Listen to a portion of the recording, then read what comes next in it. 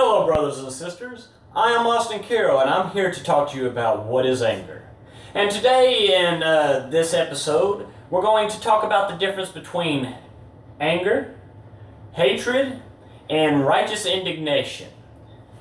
First, we're going to go ahead and start with anger. What do you define as anger? What do you define as the boundary of being angry to be okay? In Webster's dictionary, it defines anger as a strong feeling of annoyance, displeasure, or hostility. Hatred is defined as intense dislike or ill will. Righteous indignation is defined as anger that is okay, biblically correct, because it is anger against an ideology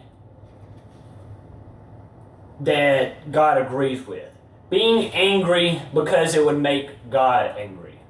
We're going to go ahead and start out with Ephesians chapter 4, verse 26 and 27. Be angry and yet do not sin. Do not let the sun go down on your anger, and do not give the devil an opportunity. Basically meaning, if I go outside and I'm going on an occasional stroll, and someone bumps into me or flashes me with high beams or almost hits me with a car, my first reaction should be to pray for that individual, or to think in a way, why would they do that? What are they going through? Why should I not pray for them? They might be having a hard or difficult day. To be angry at a person is a sin. And that goes to the second part of today's video, hatred. To hate, to have malice, to despise someone to such an extent that you hold a grudge. It is sinful. It is overbearing. And it will ultimately weigh your life down and cause you to fall into pits of depression, pits of rage, cause your life to be unsettled, whether it be financially, emotionally, personally, or even spiritually. Anger can be good, but not when it is used for our own avail or turned into hatred.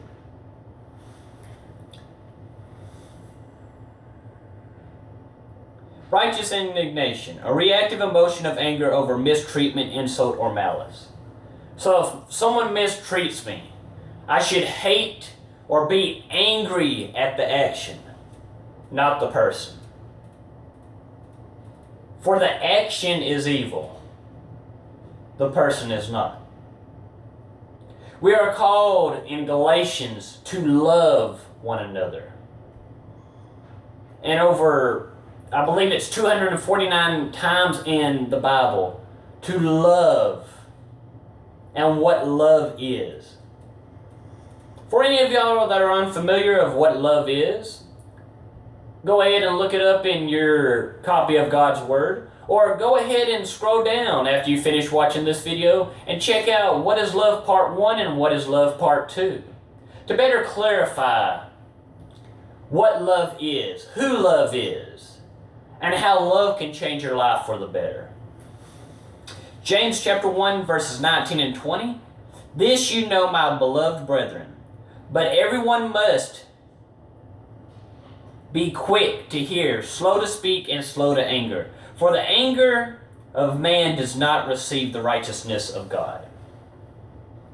First off, you think, why is James contradicting Ephesians? Besides a simple lapse in time, they really are in accordance with each other. They're saying the same exact thing, just in different context, using different sentence structure, and directed towards different people. But we can use both examples to better enlighten us. to improve our understanding that anger should be directed in God's favor. Meaning, if it makes God angry, then it should make you angry. You are His faithful servant. It is the overall goal at the pearly gates to have Him say, "Well done, my good and faithful servant," instead of, "Get away from me, for I never knew you." I want to have a positive welcome and not an unfavorable turn away. Proverbs chapter 26, or 29, verse 11. A fool always loses his temper, but a wise man holds back. I want to go ahead and give the example of me being a manager at Walmart. There comes times when either an associate or a customer makes me angry, causes me to lose my mental inhibition, and it bothers me. But should it? Do I understand where that customer or that associate is coming from? Not all the time. So the easiest way for me to react and to get a positive outcome, or to de-escalate a hostile, unfriendly, or uncomfortable situation, is just to simply combat evil with good. Combat mean and angry with happy and respect. To ask what is wrong, and then to explain what I can and cannot do. To take their side. To show understanding. To show that you care. Sometimes that's all it takes. For remember, it is Satan who is evil. But should we even hate Satan? That's a really touchy subject. The same in accordance should we hate our enemies. No. You should hate no one. But you can be angry with actions. The same as God was angry and we saw His wrath in the Old Testament over Sodom and Gomorrah when they were engaging in sexual immorality, incest, murder, and homosexuality. He hated the sin, not the people. So should we also be angry in the same way that God is angry? Yes. That is what defines righteous indignation and what defines good anger. Anger was created by our Father to serve as a tool, to gain focus. Not all instances of anger turn into seeing red or blacking out or forgetting what you are doing or where you are, or losing your ability to control your actions. Anger starts from the inside. What you let out is your choice. Proverbs chapter 19, verse 11. A man's discretion makes him slow to anger, and it is his glory to overlook a transgression. Honor, respect, to be the better man, to overcome, to look beyond, to show positive light, to be the example not only to the people around you, but your brothers and sisters, your family, your friends, and those that you lead.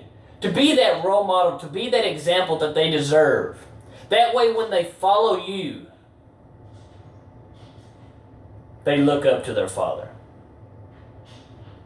As a preacher, we're not called to glorify ourselves. I do enjoy the respect that comes along with it. It's not about money. It's about the passion. The passion to be able to help others. The passion to be able to go out and do what others aren't willing to do. That's what I'm all about. To be that example to you. To be that example to my little sister. To be that example to my friends and family and my co-workers. That being a Christian isn't just this random idea of exclusion. It's not a social club. Being a Christian is entering into a relationship, entering into a family, entering into God's family. It makes me angry, the stereotypes that are put on us. That is righteous indignation. Hate no one, but hate the action. Show love in all that you do. Let your actions speak volumes beyond what your words could say. Brothers and sisters, I'm going to go ahead and end with saying that if you are not a Christian today, speak with your pastor, speak with your preacher, speak with your parents. And if you feel that God calls you to make that decision, pray about it. And live the life that your Father has set before you. Use the gift that was bestowed upon you at birth.